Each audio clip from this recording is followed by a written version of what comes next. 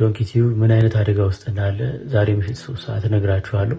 ዶንኪቲዩብን ስራ የምትወዱ የምትደግፉ ሰዎች ይህ መስማት አለባችሁ። ኮሜዲያን እሸቱ ከባድ የኢኮኖሚ ቀውስ ገጥሞታል። ከጥቂት ወራት በፊት ደግሞ ከባምቢ ሀበሻ ጋር በነበረው ሰጣ ገባ አንዳንዶች ማንም የቆመ ቢመስለው እንዳይወድቅ ይጠንቀቅ እያሉ በሆነበት ነገር ላይ እየተሳለቁ ይገኛሉ። ሌላው ደግሞ 3 ሴቶች በአንድ ሆቴል መኝታ ክፍል ውስጥ በፈጸሙት አሰቃቂ ግድያ የ20 ዓመት ጽኑ እስራት ተፈርዶባቸዋል። ውድ የአዲስ ነገር ቤተሰቦች እንደ ሁልጊዜውም አዳዲስ ነገሮችን እየፈለኩኝ ለእናንተ ማቀርብበት ቻናሌ ነው።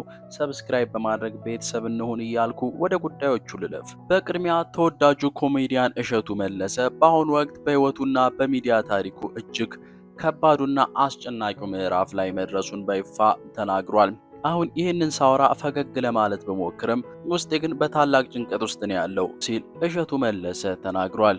እሸቱ እንዳለው በቀጣዮቹ 8 ቀናት ውስጥ 31 የዶንኪቲዩብ ሰራተኞች ከአቅም በላይ በሆነ ምክንያት ለማሰናበት እየተገደደ ይገኛል። ይህ ውሳኔ ለእሸቱ ቀላል አይደለም። ምክንያቱም ከእያንዳንዱ ሰራተኛ ጀርባ የ4 ልጆች እናት፣ የ3 ልጅ አባቶች ህይወትና ተስፋዎች አሉ። አሁን ባለው የኑሮ ውድነት ደግሞ ስራ ማጣት ምን ያህል ከባድ እንደሆነ ሁላችንም የምናውቀው እውነታ ነው። የሚዲያው የዩቲዩብ ገቢ በአሁኑ ወቅት ተቋሙን ራሱን ችሎ ለማስቀጠል ወይም ሰርቫይቭ ለማድረግ አልቻለም ብሏል። ይህንን ለመቋቋም የተወሰዱ ከባባድ እርምጃዎች መኖራቸውን የገለጸው እሸቱ ቀደም ሲል ከ60 በላይ ከነበረው ሰራተኛ ውስጥ አብዛኞቹ በገዛ ፈቃዳቸው የለቀቁ ሲሆን የቀሩት 46 ሰራተኞችም ችግሩን ተረድተው ደሞዛቸውን በግማሽ ወይም 50% እና በ25% በመቀነስ አብረውት እየታገሉ እንደሆነ ተናግሯል። ለድንቅ ልጆች ፕሮግራም የሚጠቀሙበትን የተስፋ ሲኒማ አዳራሽ እና ሰራተኞች የነበሩበትን ባለ 3 ፎቅ G+3 ህንፃ ሙሉ በሙሉ ለቀዋል። አሁን ሁሉም ሰራተኞች በአንድ ፍሎር ላይ ተጨናንቀው ነው የሚሰሩት። ቀደም ሲል በዶንኪቲዩብ ውስጥ ለሰራተኞች በነፃ የሚቀርበው የቁርስ የምሳና የራት አገልግሎትም ሙሉ በሙሉ ቆሟል ሲል እሸቱ አስረድቷል። ሰዎች እሸቱ ሚሊዮነር ነው፣ ብዙ ንብረት አለው ብሎ ቢያስቡም እውነታው ግን ፍጹም ተቃራኒ ነው ያለው ኮሜዲያኑ አሁን ባለው የሀገሪቱ የኑሮ ውድነት፣ የነዳጅና የጤፍ ዋጋ መጨመር ቢዝነስ መስራትን እጅግ ፈታኝ አድርጎታል። እሸቱ የደረሰበትን የገንዘብ ቀውስ ለመቋቋም ያደረገው መስዋዕትነትንም በሰፊው አብራርቷል። መጀመሪያ የሚወዳትን መኪናውን ሸጦ የኢትዮቤስት ሪል ስቴት ቤቱን ገዛ። በመቀጠል ለሥራ የሚጠቀምባትን ብቸኛ ሃይሩፍ መኪና አስረከበ። በመጨረሻም የቤት ክፍያ ሲደርስበት በባንክ ብድር ገዝቷት የነበረችውን ፕራዶ መኪና ሽጦ ነው ዕዳውን የዘጋው። አንድ ቤትና አንድ መኪና ብቻ ነው። ከጓደኞቹ ጋር አንድ ፍራሽ ላይ ተኝቶ ከማደር ተነስተው እዚህ ለደረሱ ወጣቶች ይህ ትልቅ ስኬት ቢሆንም አሁን ግን ተቋሙ የህልውና አደጋ ተጋርጦበታል። እሸቱ መለሰ ለኢትዮጵያውያንና ኤርትራውያን ባቀረበው ጥሪ እንደገለጸው ላለፉት 17 ዓመታት በፍቅርና በአስተያየታችሁ ያሳደጋችሁት በጎ ነገር ሲሰራና ታምር ሲያደርግ አብራችሁ የቆማችሁት የዓለም ዙሪያ ወገኖች ይህ ሚዲያ እንዲህ ሲፈተን ዝም እንዳትሉ በትህትና ጠይቋል። እሸቱ ዶንኪቲዩብን እዚህ ያደረሳችሁት እናንተ ናችሁ።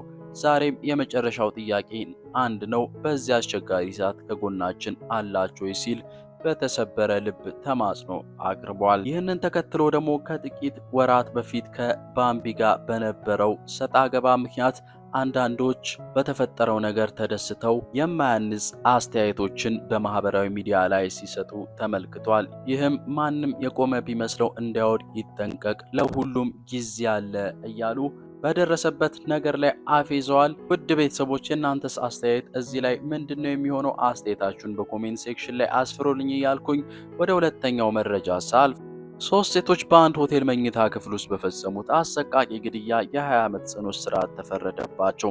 የሻሸመኔ ከተማ ከፍተኛ ፍርድ ቤት 3 ሴቶች በአንድ ሆቴል መኝታ ክፍል ውስጥ አንድን ሰው በአሰቃቂ ሁኔታ ገድለዋል በሚል በቀረባባቸው ክስ እያንዳንዳቸውን የ20 ዓመት ጽኑ እስራት ቀጥቷል። ተከሳሾቹ አማረች በቀለ ዳምጤ፣ ሃና ድጋፌ ዋንደምሂንና መስከረም ዳቦቹ ሻላሞ የተባሉ ሲሆን እያንዳንዳቸው በ20 ዓመት ጽኑ እስራት ተቀጥተዋል። በአቃቤ ሕግ እንደቀረበው ክስ ተከሳሾቹ በአንድ ሆቴል ውስጥ በመስተንግዶ ስራ ላይ የነበሩ ሲሆን ሚያዝያ 28 ቀን 2018 ዓ.ም ሌሊት 9 ሰዓት አካባቢ በሻሸመኔ ከተማ ሀሩፍ ክፍለ ከተማ ቡልቻና ወረዳ ግሮሰሪ ጫቃ በተባለ ስፍራ ተጎጂው ይናበብ ታምሩ በተከራየው ክፍል ተኝቶ ባለበት ጊዜ በሩን ከፍቶ በመግባት በጋራ ገድለውታል። በክሱ መሰረት የመጀመሪያ ተከሳሽ የተጎጂውን አፍና አፍንጫ በልብሱ በመሸፈን እንዳይተነፍስ አድርጋለች። ሁለተኛዋ አንገቱን በእጇ በመጨበጥ አንቀዋለች። ሶስተኛዋ ደግሞ እጆቹንና እግሮቹን በመያዝ እንዳይንቀሳቀስ በማድረግ በግድያው ተሳትፋለች። ከግድያው በኋላም የተጎጂውን ንብረት በመፈተሽ ያገኙትን ወስዷል። ማንነቱ እንዳይታወቅም ከኢትዮጵያ ንግድ ባንክ ደብተሩ ላይ የነበረውን ፎቶ አውልቀው ስሙንና የሂሳብ ቁጥሩን በማጥፋት ማስረጃ ለማጥፋት ሞክረዋል ተብሏል። እንዲሁም ተጎጂው ራሱን ያጠፋ እንዲመስል አንገቱንና እግሮቹን በገመድ አስረው በሩን ዘግተው ቦታውን ለቀው መሄዳቸውን በክሱ ተገልጿል። ተከሳሾቹ ክሱ በፍርድ ቤት ከተነበበላቸው በኋላ መብታቸውን እንደተገለጸላቸውና የቀረበባቸው ክስ ሙሉ በሙሉ መቀበላቸውን ገልጸው ምንም የቅድመ ተቃውሞ አላቀረቡም። በመጨረሻም የሻሸመኔ ከተማ ከፍተኛ ፍርድ ቤት በተከሳሾቹ እምነትና በቀረበው ማስረጃ መሰረት በከባድ የነፍስ ግድያ ወንጀል ጥፋተኛ ብሎ በመፍረድ ቅጣቱ ለነሱ ትምህርት እንዲሆንና ሌሎችንም ማስጠንቀቂያና ትምህርት እንዲሆን በማለት እያንዳንዳቸውን የ20 ዓመት ጽኑ እስራት ፈርዶባቸዋል። ውድ የአዲስ ነገር ቤተሰቦች ለዛሬ የያዝኳቸው መረጃዎች እነዚህን ይመስሉ ነበረ። እንግዲህ በእናንተ ብርታትና ድጋፍ እዚህ ደርሰናል። አሁንም አብሮነታችሁና ድጋፋችሁ አይለየን እያልኩኝ በቀጣዩ መረጃዎች እስከምንገናኝ ቸር ቆዩልኝ።